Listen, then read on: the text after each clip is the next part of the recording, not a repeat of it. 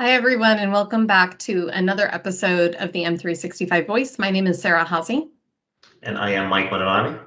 And I'm Antonio Mayo.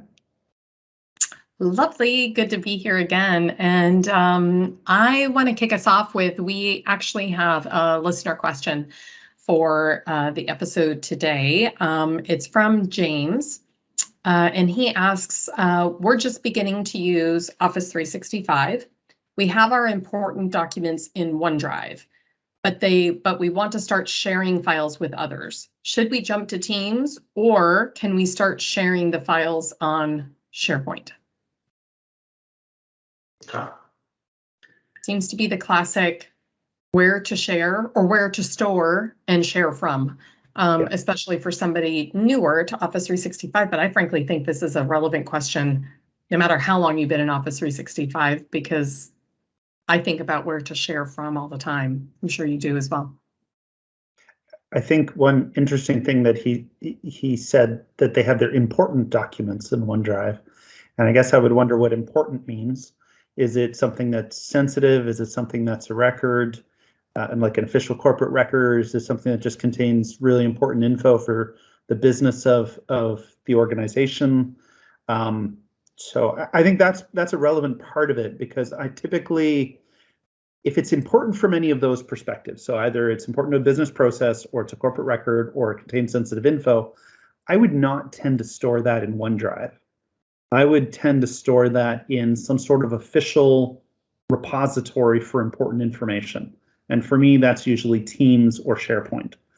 OneDrive, especially in the traditional record management sense, I think of as for transitory information, right? My own personal data for work that is draft, that's temporary, that's not yet ready to share with others. Perhaps it's reference material for me, but it's also something that's transitory that is not necessarily a corporate asset. Transitory or confidential or top secret, because if it's things like an employee review or a personal development plan or something like that, I tend to think about OneDrive for storing of those files, because then you know it's protected unless you share it or store it in a shared folder, that you know no one's going to see it but you. That's a great point, actually. Yeah. So if you take a step back and paint the picture about all these different platforms. So the OneDrive, as you both alluded to, is my personal space. This is where me only. This is where I have my personal files, and no one can touch the files or see the file unless I explicitly share that file or folder or files with someone else. Or if we jump into the SharePoint, which is the corporate repository for documents that automatically shared with a team of people, similar with Teams, because it's all stored in SharePoint. It's naturally, you have a whole bunch of people automatically have access to those kind of files. So that is the traditionally we used to talk about it, the me files and the we files. The me files in OneDrive and the we files are in SharePoint, and we're back with Teams as well. So with that, yes, so we'll have to look at if you are in OneDrive, whether you have important documents or not. If you have a whole bunch of documents that you want to collaborate with others, you're going to go through the pain, either share a folder with a lot of people or share a lot of files with a lot of people, which means that you're going to have to always manage that sharing capabilities on a file basis or on a folder basis. Versus if you move your documents into SharePoint and you collaborate on those documents from Teams, so you create a team and you store your documents into that SharePoint site, then you don't have to go through the process of individually sharing files or individually sharing folders, and you don't have to worry about all this access management issue. Right. We tend to think of OneDrive as good for light sharing with people. Whereas if you're going to collaborate on content with a group of people on an ongoing basis, that's better done, it's better shared through a team or through a SharePoint site. You're managing access through groups, for example. And touching on some of the compliance, you talked about security, Antonio, but if we add a little bit of compliance to the table also, it's much easier. I know we can do compliance on OneDrive files, but we can do a lot more compliance. Depends on how you do your actual intention on the SharePoint-driven files rather than the OneDrive files, because you have more metadata, you have some content types, you have few things. You can apply multiple policies across SharePoint sites. That's right. That's right. When you think about records management and retention, for example, so that side of compliance, we usually want to automate that as much as possible. And automating that requires metadata. And we know that in OneDrive, we can't assign metadata to documents. So that type of work is better done in SharePoint. And although in Teams, you can, hit that open in SharePoint button, assign metadata there, that's an extra step that many people don't do, right? So assigning metadata in Teams in the Files tab, that also doesn't happen. So if that's important, if that is an important part of the business, then yeah, that kind of drives you to doing that storage and sharing through SharePoint. Yeah, and with that point, I think I'm moving a little bit further away from the question, but to your metadata point from Teams perspective that we cannot assign metadata, there are also solutions to that through SharePoint syntax, or we've talked about it in one episode, how do you automatically apply default metadata. You can apply default metadata automatically through syntax or at the document library level or other means as well. So you have a lot more flexibility when you start applying metadata in SharePoint and Teams. Mm-hmm. Exactly. I also think it's important to think about if they already have a bunch of these important documents in their respective OneDrives. One easy way to share it, instead of thinking about taking the files, if you just... I think we lost Sarah for a bit. I think so. We'll give her a minute to... Oh, Am I back? You're back. Oh, go on. Temporary technical difficulty. If you have important documents in your OneDrive, if you need to share them with one or a few other people, you can send an instant message in Teams, attach the file in Teams, and it will actually share it from your OneDrive with those people. So it's a fast and effective way. In fact, I think it's the most effective and quickest way for me to be able to share a file from my OneDrive with both of you is to send you an instant message in Teams, attach the file, and it will share it automatically from my OneDrive to you in the Teams chat. Yeah, it's amazing how much that is used, actually. Yeah, I think you're right when you say that's the most effective way to do it, because I was a late comer to Teams, to be honest, to fully get on board with Teams. Still do a lot of email, but I've been amazed over the last couple of years just how much of that communication now happens through Teams chat, and a lot of the file sharing does happen through Teams chat. Absolutely. Yeah, and I keep those chats because I refer back to them to get that link back to that file. The one thing, of course, you have to keep in mind, since we've been talking about compliance and security, if your company has a limit on how long Teams chats are retained, I think that those limits can be set up to either kill or retain the documents that are shared via the chat, but they can lose the context of the chat conversation around the shared documents if you have Teams chats expire, for example, in a year or in 6 months, or etc. That's right. That's right. And one nice thing in OneDrive, and if you are going to share from OneDrive, and you both probably have more experience at this than me, is in OneDrive there is a shared menu item on the left side, and in there will actually show you stuff that's been shared with you. So if other people are sharing things with you and you need to get back to that thing, right? And I don't have an email with the sharing link anymore because maybe I got rid of that email and I can't find the chat. In OneDrive, it does show me stuff that's been shared with me and gives me a quick way to get back to it. So that I find handy, actually. It's very handy. Whenever I teach a OneDrive basics class, it's one of the things that I always go through because I think it's a very handy way to be able to find things that have been shared with you from someone else's OneDrive. Yeah. The other thing I think with OneDrive that we have to talk about is what happens when, Antonio, you have files stored in your OneDrive, you share them with others in the company, and then you take your next great opportunity at another company and you leave, what happens to the files that are stored in your OneDrive? And that's the one critical point, is that somebody is going to have to take ownership of that OneDrive. And hopefully your company has a process built in where Antonio, your manager, will get delegate access for a period of time to your OneDrive. But since OneDrive is tied to a user, and SharePoint and Teams are tied to a group or a team or a defined permission group or an M365 group, you do run the risk of, if you store too many files in OneDrive, those are per person based from a storage perspective. So it's important to keep that in mind in terms of the risk versus reward in terms of ongoing long-term management for people who leave the company, retire, et cetera.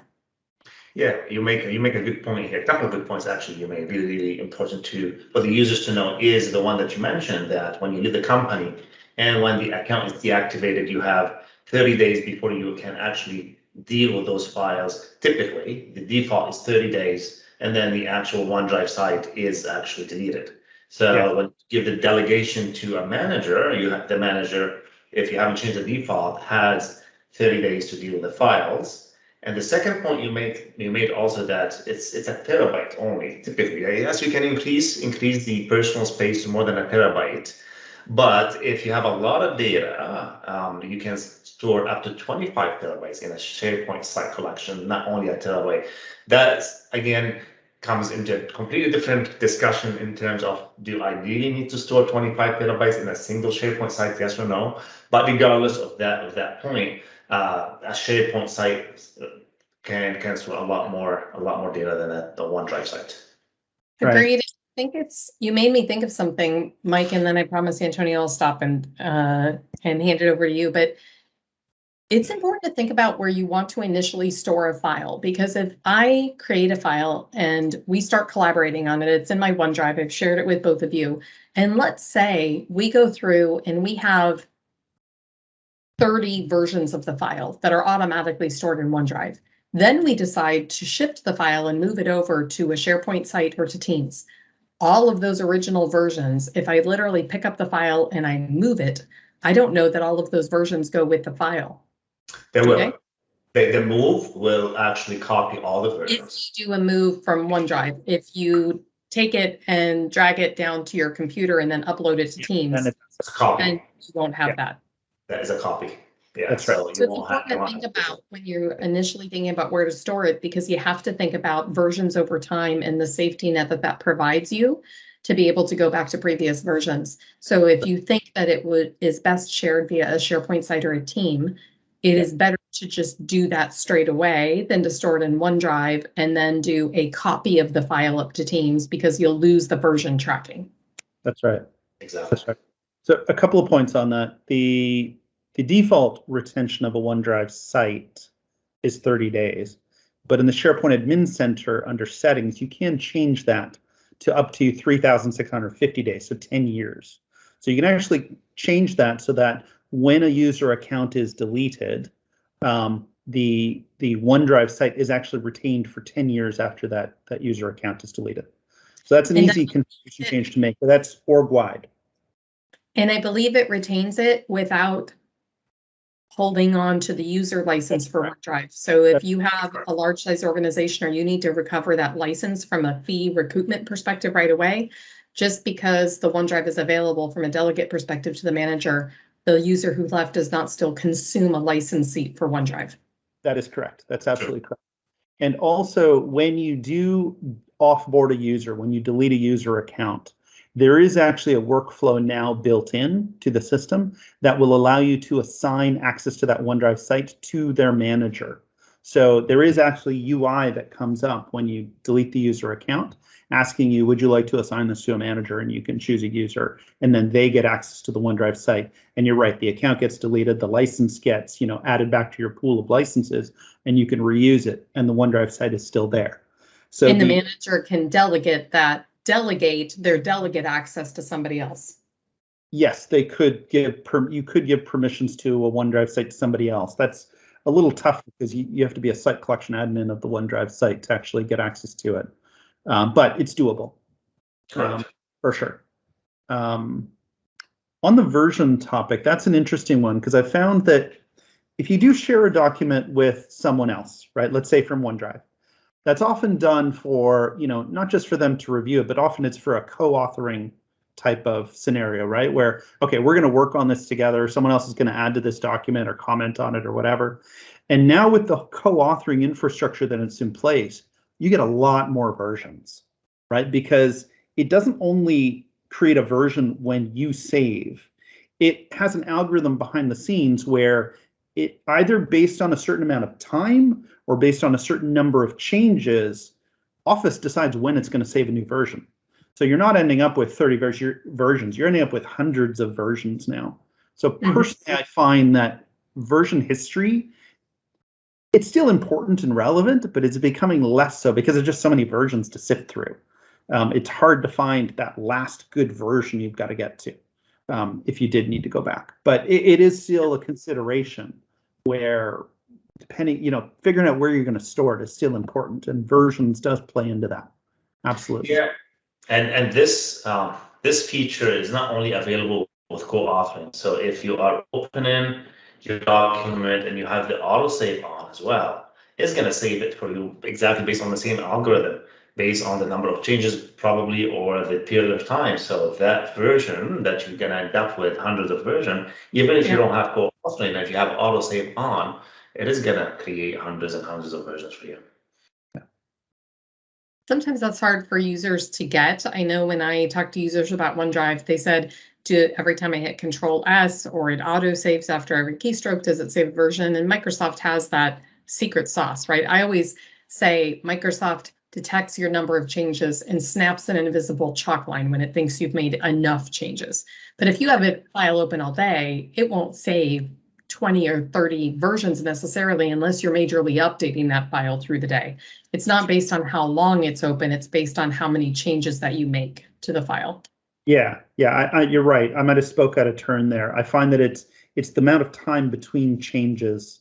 It just doesn't wait till, you've made 10 changes, so it's going to save, or you made 15 changes. It's like, okay, you made 2 changes, and then you waited 10 minutes, you made another change, it might save now. Correct. So it is there is a time factor in there, but you're right. It's not just based on time changing it. And we don't know what that algebraic formula, I'm talking in math terms. Wow, I'm so excited. We don't know what that magic formula is for when Microsoft decides to snap the chalk line and create a version. Although I'll say it does it pretty well for me. And when I go back and look at version history, I feel like it represents a quantity of changes in a pretty good granularity level. Yeah, exactly. Yeah, I like that analogy. Snap a chalk line. Mm-hmm. I feel like we've covered this topic pretty well. James, we hope that this helped. Thank you for submitting a question because we always love getting listener questions. So anything else to add, Antonio or Mike? No, I think we covered the topic pretty thoroughly. Yeah. Perfect. Well, we will wrap up this episode. Thank you everyone for listening in. Have a great day. Thanks everyone. Thank you. Bye.